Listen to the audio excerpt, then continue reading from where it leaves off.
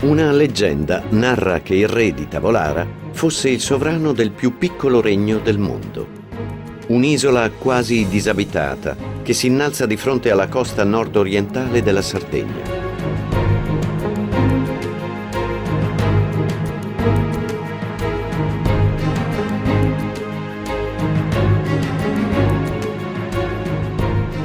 Questa massa calcarea, stretta e lunga, supera i 500 metri di altitudine e in effetti è un regno di natura protetta, tanto in superficie quanto nella straordinaria varietà di forme di vita del mondo subacqueo.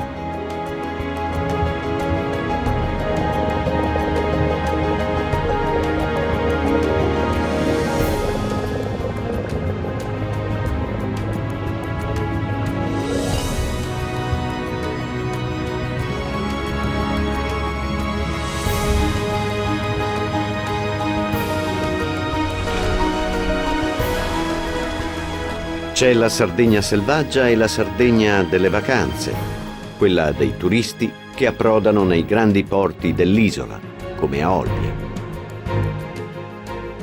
Qui il sogno delle spiagge fa dimenticare a volte che le città sarde nascondono tesori di storia e arte.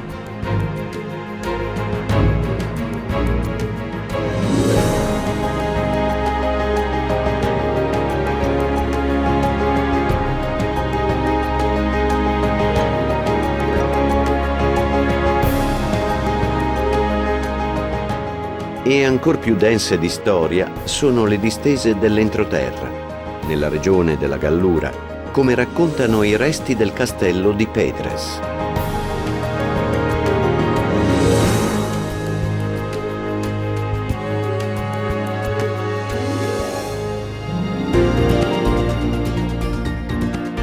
A nord di Olbia, nell'insenatura di Golfo Aranci, la costa è un susseguirsi di spiagge bianche che fronteggiano scogli e isole.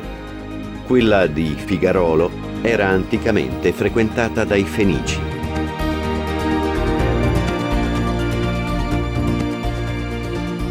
Seconda isola del Mediterraneo per estensione, dopo la Sicilia, la Sardegna conta oltre 1800 chilometri di costa con un'eccezionale varietà di paesaggi.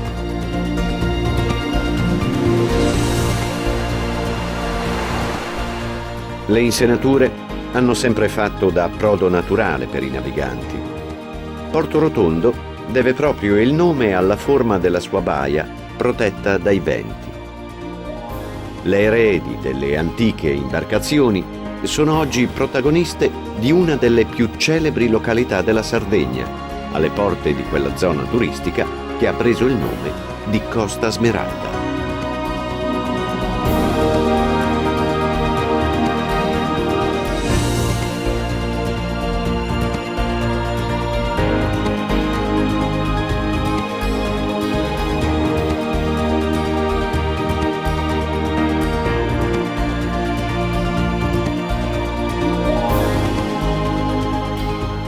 Smeralda come il colore dell'acqua, così trasparente da sembrare quasi irreale.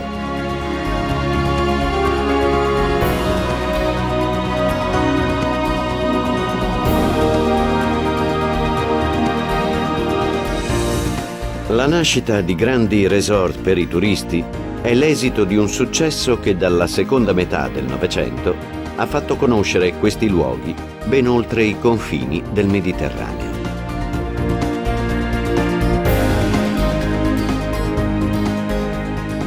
Gli arcipelaghi che fronteggiano la costa sono meta e simbolo del flusso estivo alla continua ricerca di angoli di paradiso da esplorare.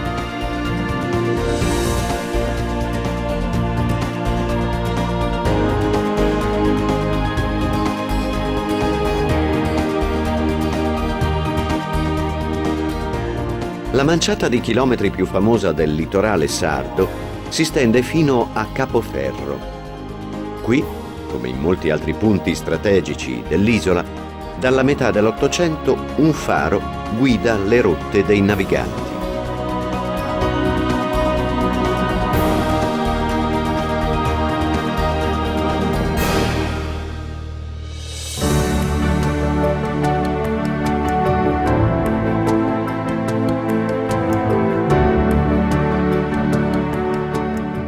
Le ragioni che hanno reso celebre la Costa Smeralda sono di natura ambientale e storica.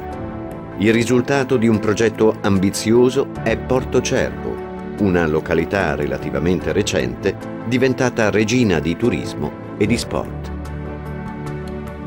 Questa è un'area dove c'è una presenza di un campo per regatare tra i migliori al mondo, con una costanza di vento che è una tra le più elevate in tutto il Mediterraneo. Questo ha fatto sì che lo sviluppo delle attività sportive portasse moltissimi armatori, che soprattutto nei primi anni 70 erano stranieri, a conoscere Porto Cervo anche al di fuori di una realtà che non fosse esclusivamente turistica a terra, ma anche in mare.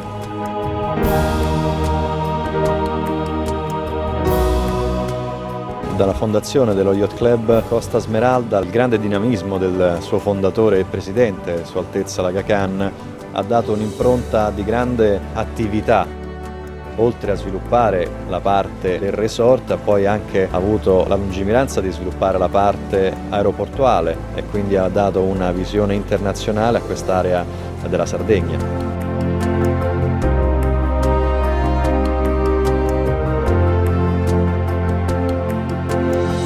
È una babele di voci dal mondo, quella che risuona negli scorci di Porto Cervo, emblema del lusso e degli sport di mare ai massimi livelli. Ville e residence hanno creato una località omogenea ed elegante, in quell'inconfondibile stile Costa Smeralda, applicato anche alla chiesetta di Stella Maris.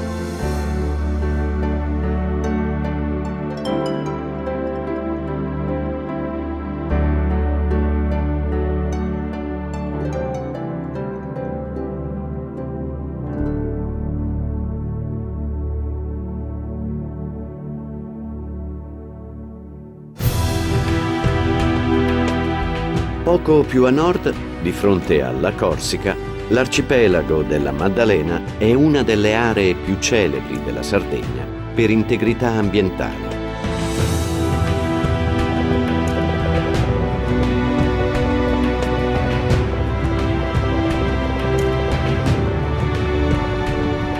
L'istituzione del Parco Nazionale ha permesso di coniugare il turismo alla conservazione dei fondali e delle oltre 60 isole. L'area protetta si estende per oltre 12.000 ettari fra terra e acqua e spazia dal rosa delle rocce di granito al blu del mare, dove si specchiano le infinite sfumature del cielo.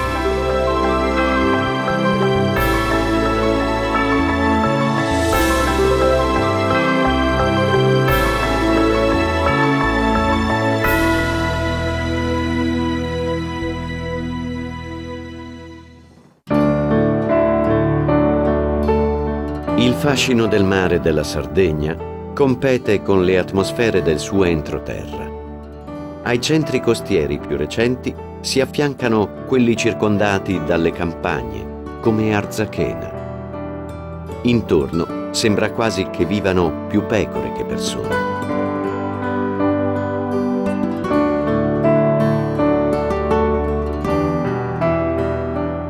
Sono i paesaggi sterminati della Gallura, una regione storica e geografica di terra e di acqua.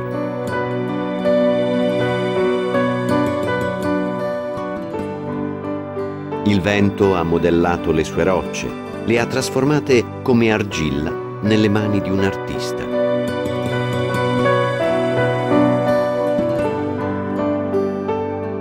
Per molto tempo la maggior parte delle coste sarde è stata semplicemente così, libera da insediamenti umani, troppo esposti ai conquistatori che venivano dal mare.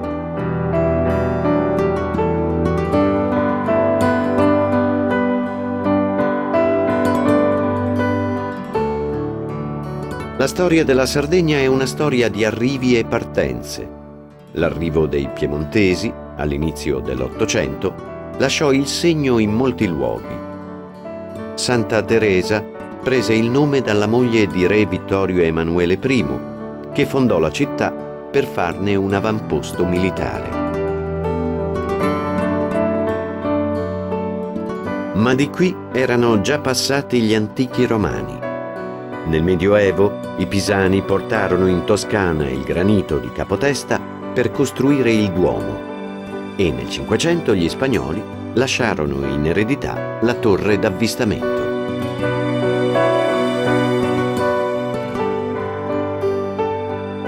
Arrivi e partenze, come se l'isola fosse da sempre una meta da conquistare, un luogo dove lasciare un segno. Ma la sua anima, in fondo, è rimasta sempre la stessa, solida e unica, come le sue rocce.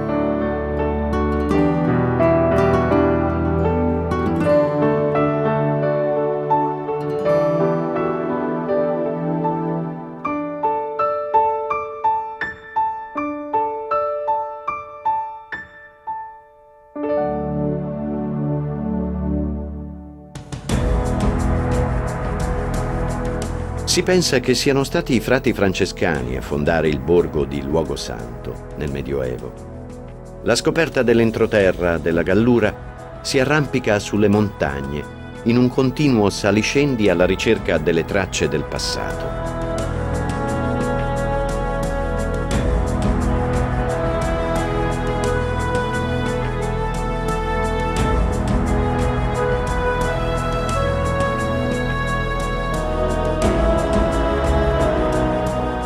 A fare strada ci pensa il corso del Coghinas, lungo gli oltre 100 chilometri che ne fanno uno dei fiumi maggiori dell'area settentrionale della regione.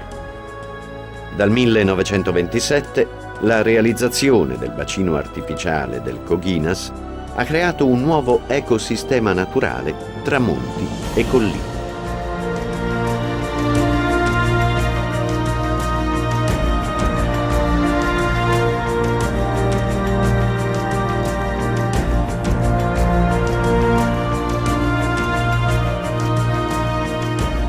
Tra distese di pascoli e querce da sughero, il segno lasciato dalle dominazioni passate si legge nei resti di un antico castello, poi trasformato in chiesa, che domina il paese di Chiaramonti.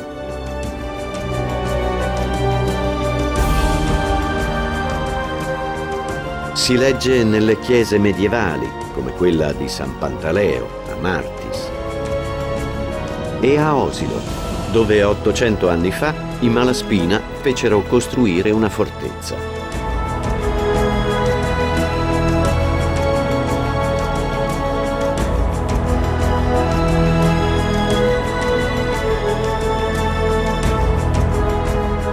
Ancora più antica, ma in ottimo stato, è la Basilica della Santissima Trinità di Saccargia, una delle più importanti in Sardegna di stile romanico-pisano.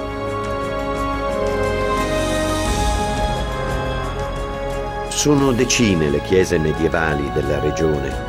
Spesso le si incontra inaspettatamente sul proprio cammino.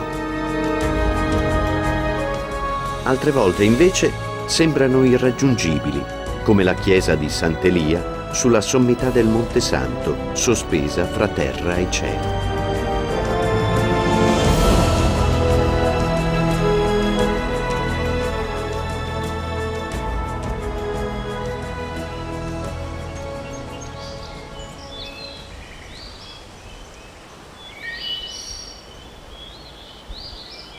Ma la Sardegna racconta se stessa anche attraverso altri simboli.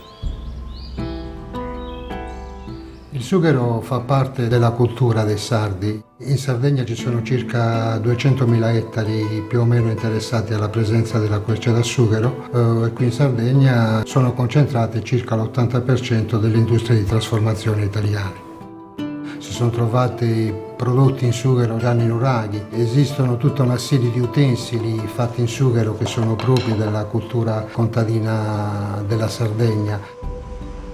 Il sughero viene estratto periodicamente dalle piante e ogni 10 anni si ritorna sullo stesso bosco e sulle stesse piante per ottenere il nuovo prodotto.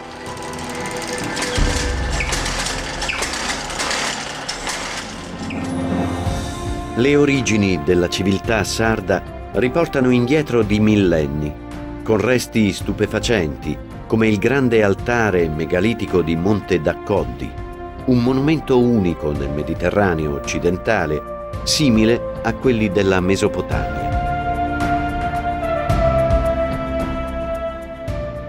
La civiltà nuragica si sviluppò 4.000 anni fa e ha lasciato preziose testimonianze della sua cultura. In tutta la Sardegna si contano ben 7.000 nuraghi, le strutture in pietra attorno alle quali si sviluppavano i villaggi. Il nuraghe di Sant'Uantine, a Torralba, è uno dei meglio conservati. Le sue pietre sono rimaste una sull'altra per millenni e raccontano l'abilità tecnica di un popolo che rimane ancora misterioso per la mancanza di testimonianze scritte e anche per questo ancora più affascinante.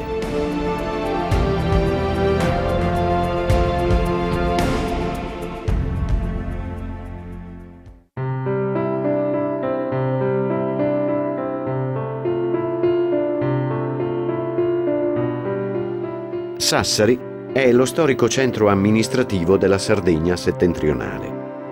Seconda soltanto a Cagliari per popolazione, la città è ricca di testimonianze artistiche, a cominciare dalla cattedrale di San Nicola.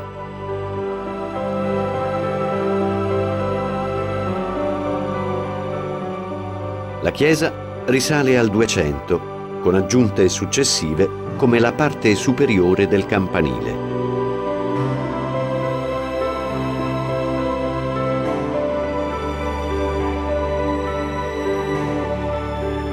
L'aspetto moderno della crescita urbana nasconde architetture di ogni epoca, come la fonte di Rosello, scolpita nel Seicento.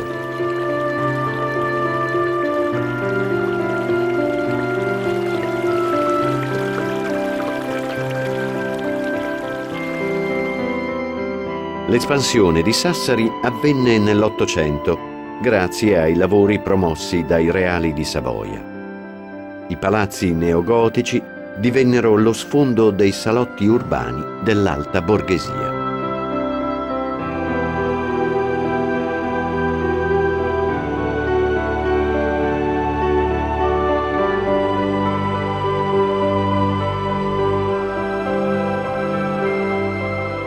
Alle porte meridionali della città è custodito un angolo di natura e di storia. Il Parco di Monserrato rivive oggi con lo splendore di un tempo ed è erede dei giardini che fin dal Seicento abbellivano una tenuta nobiliare spagnola.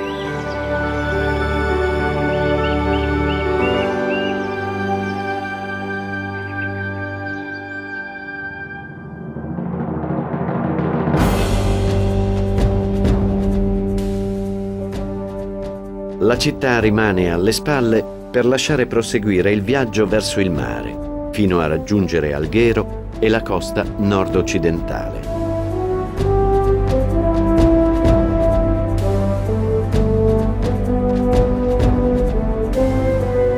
Una leggenda racconta che la Sardegna è l'ultimo lembo di terra di un continente che fu sommerso dall'acqua. Si narra che, trattenendola, Dio le diede la forma del suo piede e che da lì derivi l'antico nome dell'isola, Icnusa, ovvero impronta.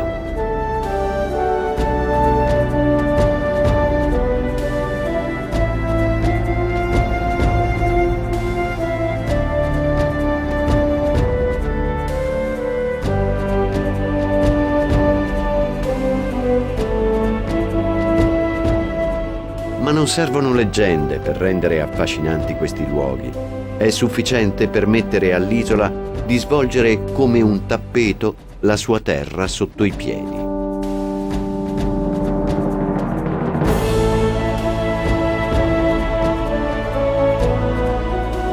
E allora la strada costiera a picco sull'acqua non sarà soltanto un mezzo per spostarsi, ma un autentico dono da scartare poco a poco.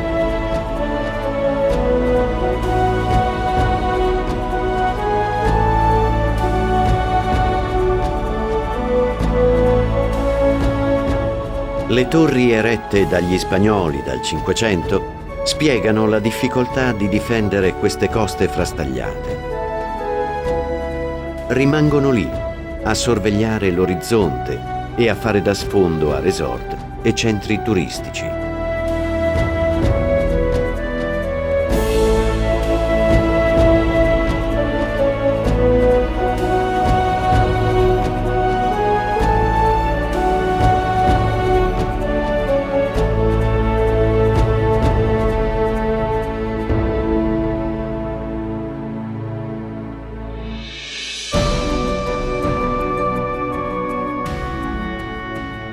Nel susseguirsi di dominazioni che raccontano una delle storie della Sardegna, Alghero è la città che più di tutte mantiene vivi i segni della conquista degli spagnoli.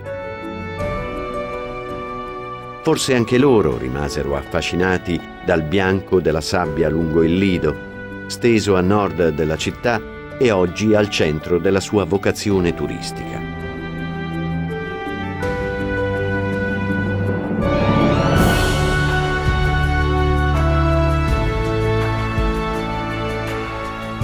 Qui, dove le onde del mare dettano il ritmo della vita quotidiana, il centro storico di Alghero si staglia sull'orizzonte protetto come una fortezza dalle mura e dalle torri.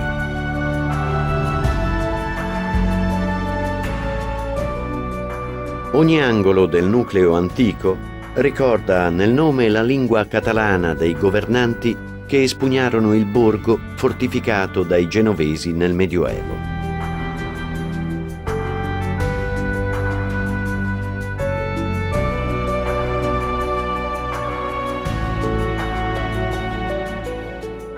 Negli spazi angusti delle mura si assapora l'anima storica di Alghero, con i vicoli stretti fra le case antiche e le chiese che fanno spuntare campanili e cupole. Quella variopinta della chiesa di San Michele è uno dei simboli della città.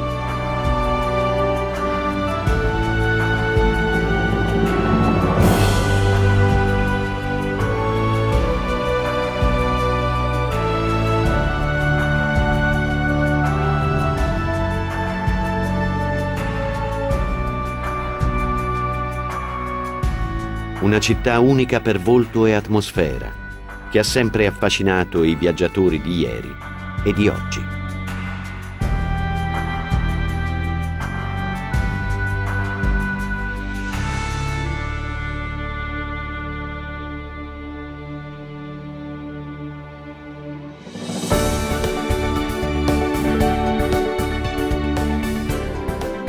Il profilo inconfondibile di Capocaccia segna la meta immancabile di un viaggio fra mare e terra.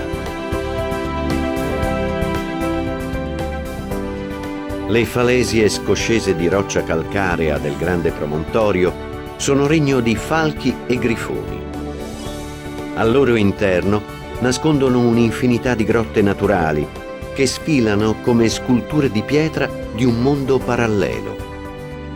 Le chiamano Grotte di Nettuno, il dio del mare, e sono considerate una delle zone più suggestive del Mediterraneo.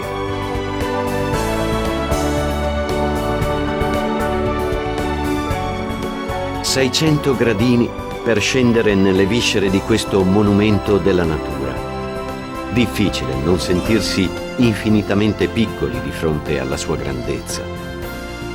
Se si potesse abbandonare per un istante la razionalità, diventerebbe più facile credere che il faro di Capocaccia sia lì per aiutare non soltanto i naviganti, ma anche tutti coloro che per terra o per mare hanno sentito almeno una volta il brivido disorientante della bellezza della Sardegna.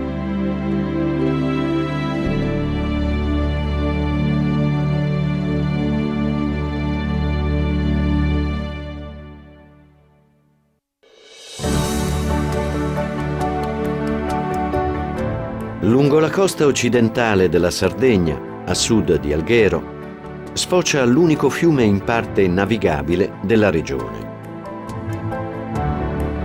Il Temo attraversa sinuoso l'abitato di Bosa, dove le case colorate del borgo brillano protette dal castello medievale dei Malaspina.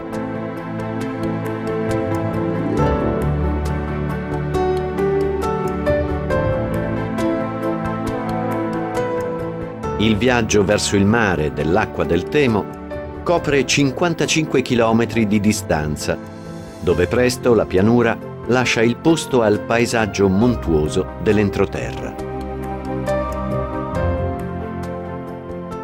La foresta di Burgos è uno degli angoli più verdi della Sardegna. Qui, 900 anni fa, sorgeva il castello di Burgos, al centro per secoli delle battaglie sul controllo del territorio.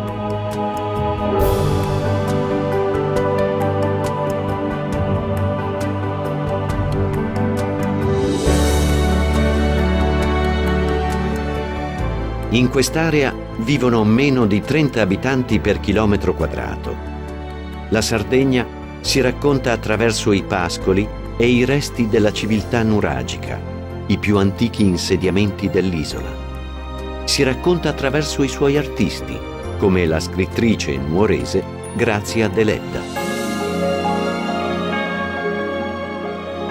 La Nuoro nella quale cresce Grazia Deledda è comunque, è vero, un piccolo paese, nello stesso tempo è un paese che dà i natali ad una serie di artisti importanti che hanno segnato anche l'arte della Sardegna e che fanno sì che Nuoro venga chiamata l'Atene della Sardegna.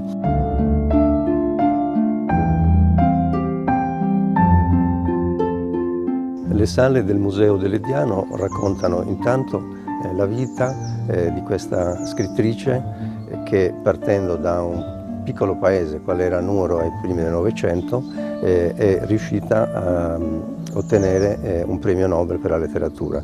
Accanto a questi elementi, diciamo, della fortuna letteraria ci sono una serie di informazioni sulla società nella quale la Deledda crebbe e che poi viene descritta nei suoi romanzi, e in particolare Nuoro, la sua città natale. La Sardegna che emerge nei romanzi di Grazia Deledda è intanto una Sardegna regolata da una serie di norme che la stessa Deledda descrive o arcaiche, e poi un ambiente dove maturano queste passioni che modificano il destino delle persone. Vecchio e nuovo sopravvivono e si fondono nella cultura del nuorese, spaziando dalle lettere all'artigianato artistico, dalla tessitura all'oreficeria.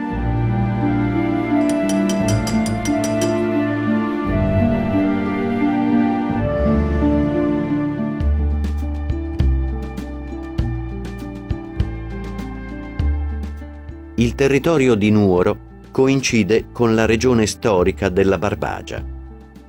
Furono i Romani a darle questo nome, per la difficoltà a penetrare nel territorio che definirono barbaro.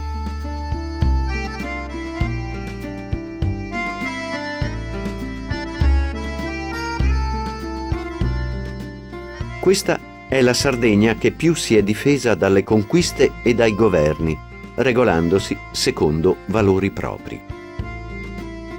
Sono quei valori universali ad avere trasformato il volto di un paese come Orgosolo, tutt'altro che estraneo alla realtà del mondo, perché qui il mondo entra attraverso i dipinti murali che dagli anni 70 del Novecento esprimono una coscienza collettiva per lanciare messaggi e prendere posizione.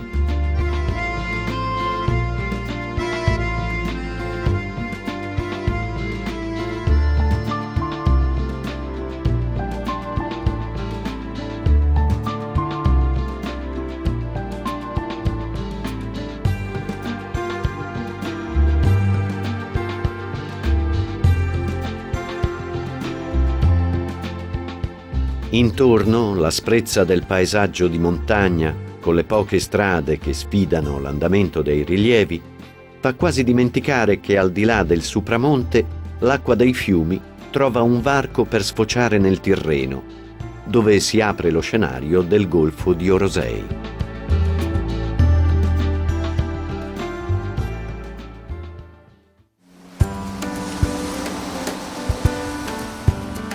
Da Cala Gonone a Santa Maria Navarrese non si affacciano altri centri abitati sul golfo. Le falesie proteggono da sempre l'integrità ambientale di questo lungo tratto di costa, tutelato per buona parte da un parco nazionale.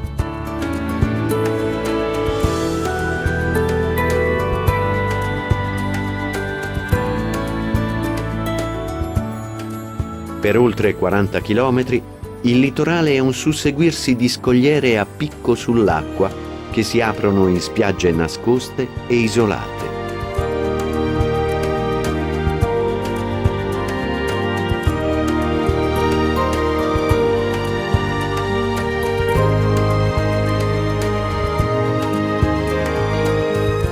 Nelle fenditure scavate dal vento e dall'acqua trovava un tempo riparo la foca monaca, che qui si chiama bue marino e che ha dato il nome a una delle più celebri grotte del Golfo.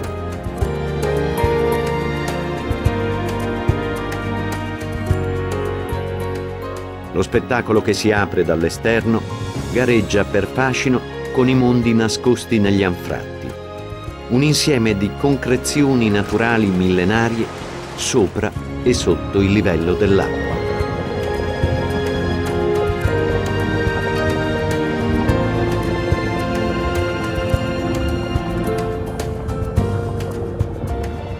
Ma i fondali conservano altri segreti sommersi, come il relitto del cargo armato tedesco KT-12, affondato durante la Seconda Guerra Mondiale.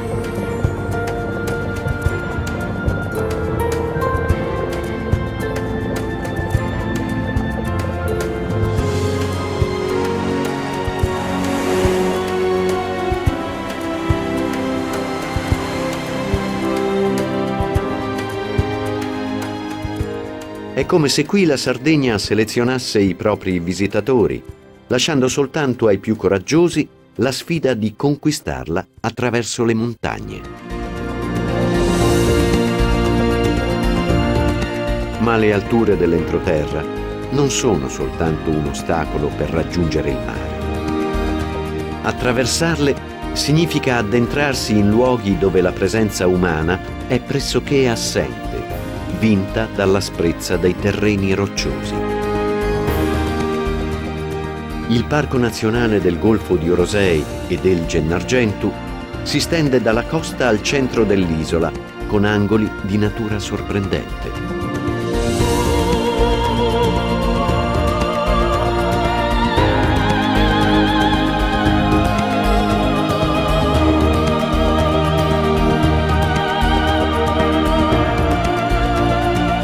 La gola di Gorropu è uno dei più profondi canyon d'Europa.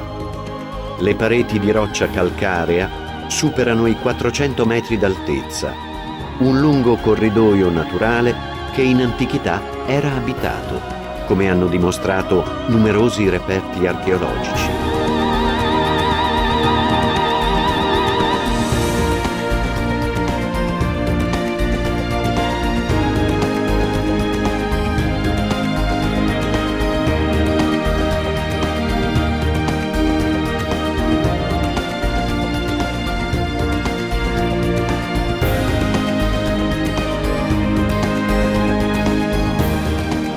Più di 3000 anni fa risalgono i resti della civiltà nuragica, come il villaggio preistorico custodito in una grotta sulla cima del monte Tiscali.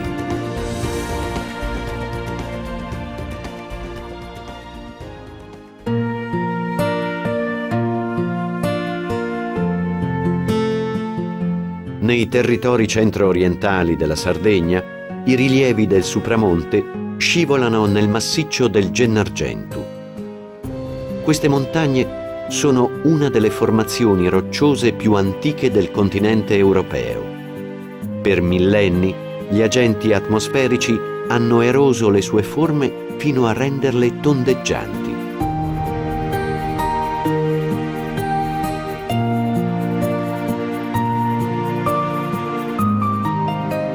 Un paesaggio aspro e dolce allo stesso tempo che spazia dalle valli fino alle vette più alte della regione, che superano i 1800 metri. Il territorio è protetto dal Parco Nazionale per oltre 70.000 ettari, ma l'ambiente sembra difendersi da solo, come se alberi e animali fossero abitanti più adatti, senza paesi né città.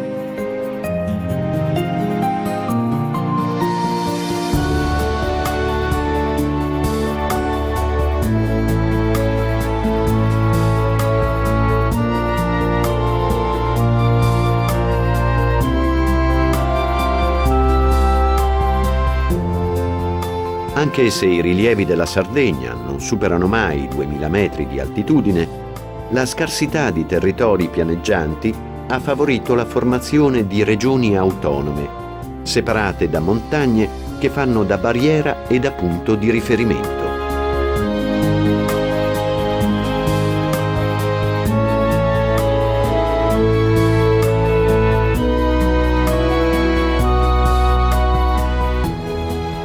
Quasi al centro geografico della regione, nella Marmilla, è quasi inconfondibile il profilo conico del colle che ospita i ruderi della fortezza di Las Plassas.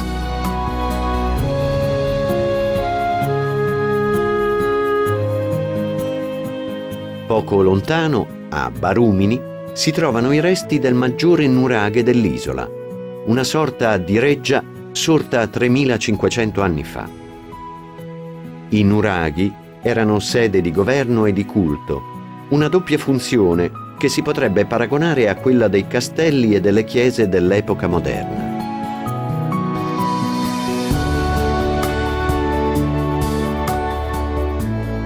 Da Gesturi il viaggio prosegue verso la costa sudorientale. La via è indicata dal rio Flumendosa, il secondo fiume sardo per lunghezza dopo il Tirso.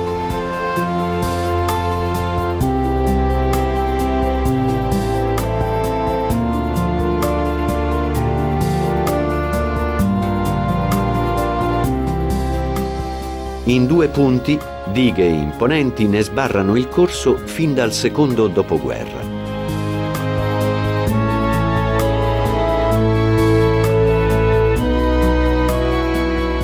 Tutti i laghi della Sardegna sono artificiali, un'opera dell'uomo relativamente recente, nel tentativo di rendere meno variabile la presenza d'acqua dolce nell'isola e di sfruttarne la portata per produrre energia.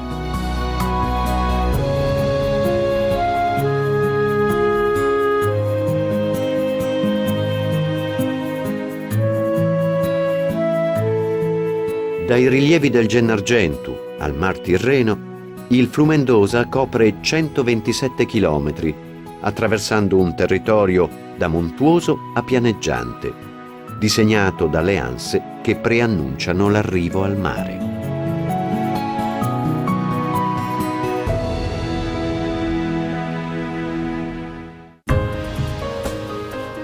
Qui inizia la scoperta della costa nella regione del Sarrabus, stesa all'estremità dell'isola di fronte alla Calabria.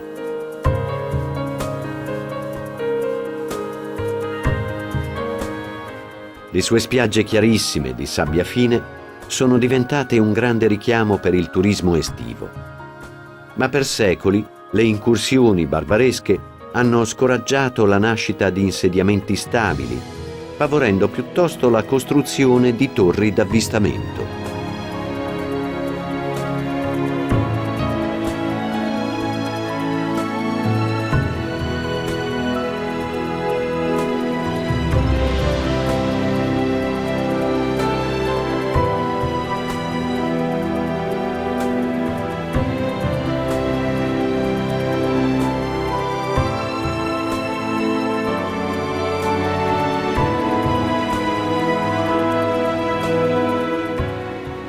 Questi scenari sembrano fatti apposta per apparire su cartoline e riviste di viaggio, cosa che in effetti accade per illustrare i pregi di località balneari come Villa Puzzu, Costa Rei e Villa Simius.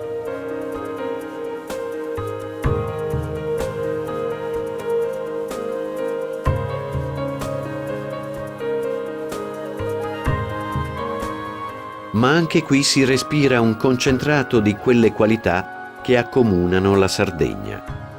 Le tracce di un passato lontano che convivono con i tempi moderni e alle spalle della costa un belvedere naturale, una cornice montuosa per abbracciare con lo sguardo tutti i colori del mare.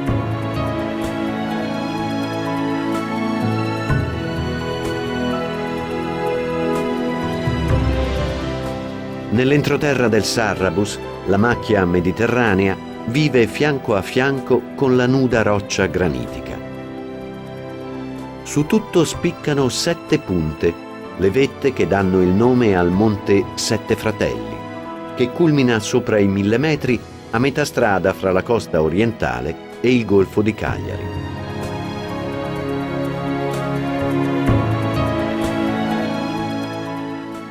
Nelle acque limpide di un'area marina protetta, il capo Carbonara delimita a est l'ampia insenatura che accoglie il capoluogo della Sardegna.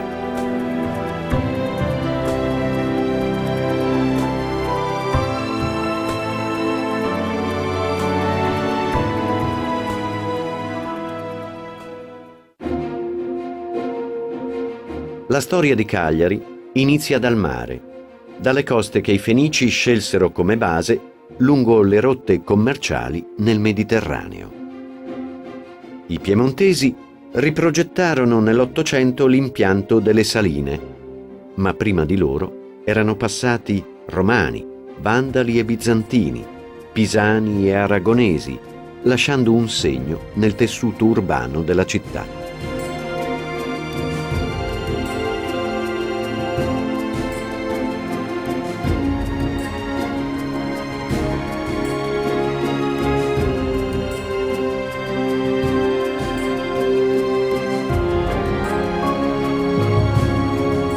Al centro di un'area metropolitana che supera ampiamente i 400.000 abitanti, Cagliari è la capitale non solo amministrativa, ma anche culturale della Sardegna. La cattedrale, modificata più volte nei secoli, era stata costruita in origine dai Pisani. La chiesa svetta nel quartiere di Castello, il centro antico della città.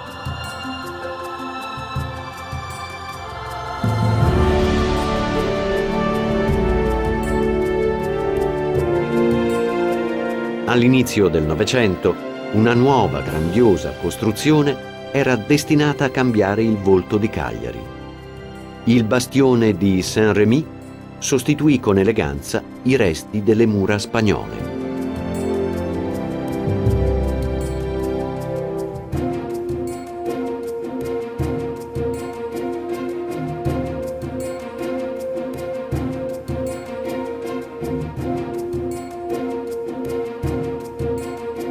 La Cagliari medievale si concentra qui, entro l'antica cinta muraria fortificata. Fra le case del centro storico emergono fin dal 300 le torri di San Pancrazio e dell'Elefante.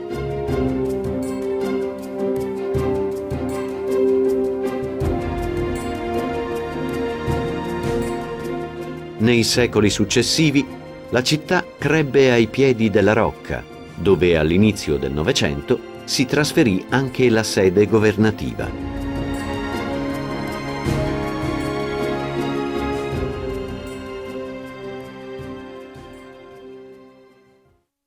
Cagliari è una città di cultura, affonda specialmente nel melodramma radici lontane. Già ai primi del Novecento Cagliari era un importante e atteso banco di prova per tutti i cantanti e i direttori più importanti che effettivamente partivano da Cagliari per portare poi i loro spettacoli in giro per l'Italia e per il mondo.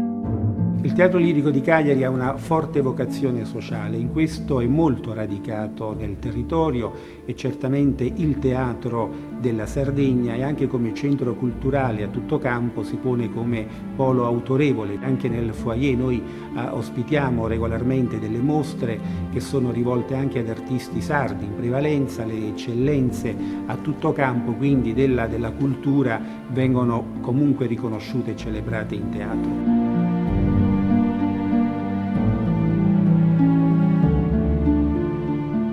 Come un palcoscenico, la regione a ovest di Cagliari racconta le origini stesse dell'isola. La sua storia geologica inizia con l'affiorare della terra dal mare nell'area del Sulcis.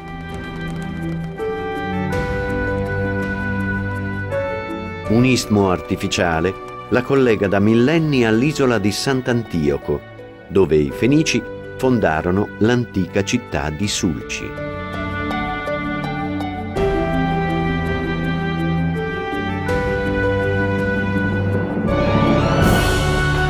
Dai fondali poco profondi di Sant'Antioco si estrae il bisso, la bava solidificata di un bivalve usata per una particolare tessitura.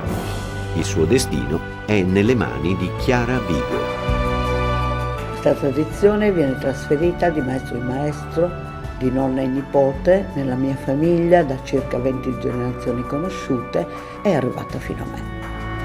Il bisso non si può commercializzare perché è un bene dell'umanità, per cui non può essere confusa con un'arte tessile qualsiasi. Sono opere uniche, visto che io sono l'unica donna al mondo che fa questo lavoro e sono patrimonio dei giovani d'Italia e del mondo.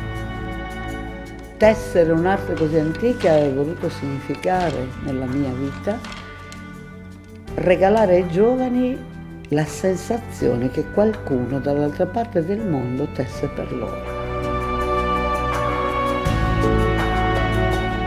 Nei resti della necropoli risuona l'eco della civiltà dei Fenici. Per loro, la vicina San Pietro era l'isola degli Sparvieri. Carloforte è l'unico centro abitato e risale al Settecento, quando il territorio fu concesso a un gruppo di liguri provenienti da una colonia della Tunisia.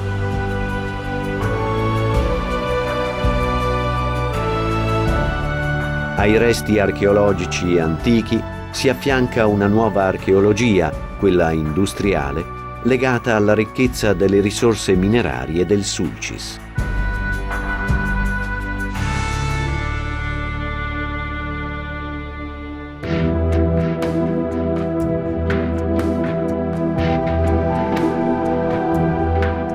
Non lontano dalle isole, Carbonia è nata a tavolino in pochi mesi negli anni 30 del Novecento. A quell'epoca, con la guerra e l'autarchia, il giacimento era la fonte principale di combustibile per l'Italia.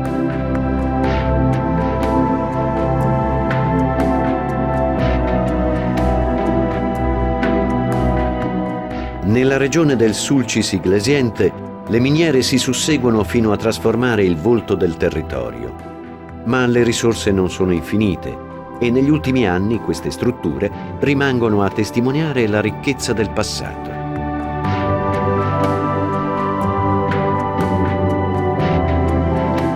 Ci sono anche luoghi in cui la roccia sembra stare lì soltanto per essere ammirata, come il Pan di Zucchero, che si innalza per 133 metri sull'acqua con la sua pietra bianca.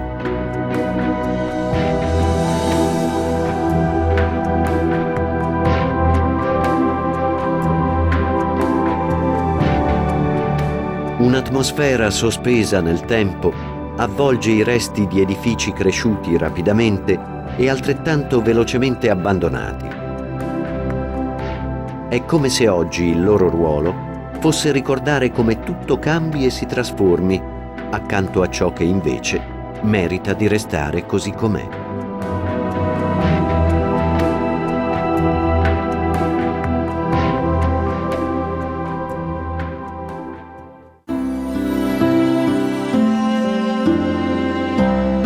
Un paesaggio in continua evoluzione naturale. Una distesa immensa di sabbia con dune che superano i 100 metri d'altezza. Sono le dune di Piscinas, uno dei paradisi naturali della Costa Verde. Chiamarlo deserto sarebbe un torto alla vegetazione mediterranea che le ricopre. Il vento di maestrale modella le dune ogni giorno dell'anno. Nel trasformarle, le conserva come un simbolo della Sardegna e di una bellezza che non conosce confini.